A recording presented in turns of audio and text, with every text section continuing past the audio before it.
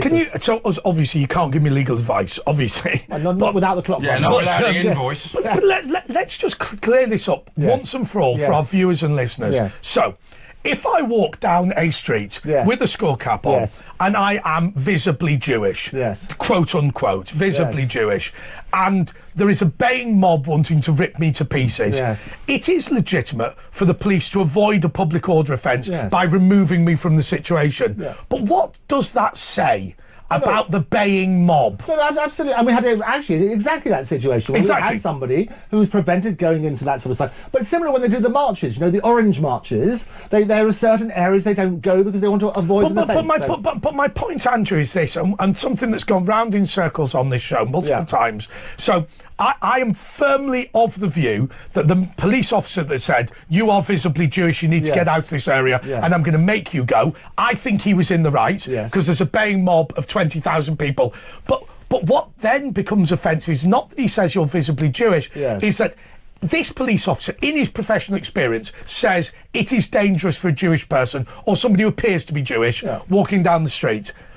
If then you allow that march to happen the following week. That's where... because you can ban a march if it's a danger of violence, and obviously the police saying that means it officially is. They should be banning the marches. So what they're always looking for is prevention being better than cure, not just in medicine, but also in terms of maintaining their... you don't have violent incidents. Same with football crowds. You don't want certain football crowds coming together in the same pub or whatever it's going to be on that sort of basis. So if they can avoid that, that makes sense. How you handle it is going to be incribly sensitive so that people do have their rights. You ban football crowds if they're violent, like Liverpool in Europe.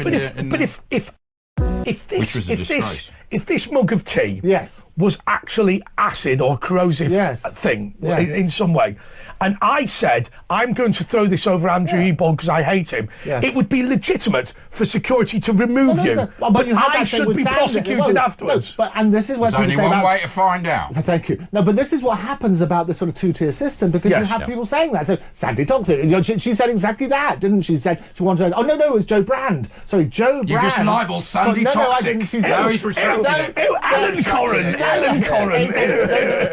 I was a chapati maker in India. They are both wonderful comedians. They're not.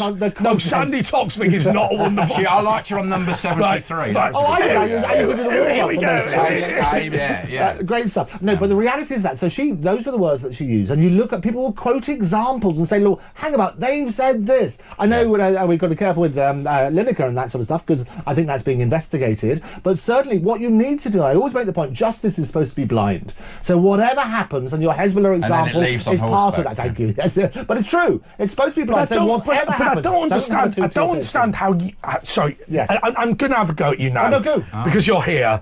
I don't understand how you, as the legal profession, can countenance a scenario where walking down a British street in a skull cap is so dangerous the police have to remove you from the street, and the following week the same people are allowed to march down the street. It's not just walking down the streets, it's walking when there's a baying mob. So you're right. So the baying mob was back the following week. Exactly. So your point is control the baying mob and work on that sort of basis. Ban the baying mob?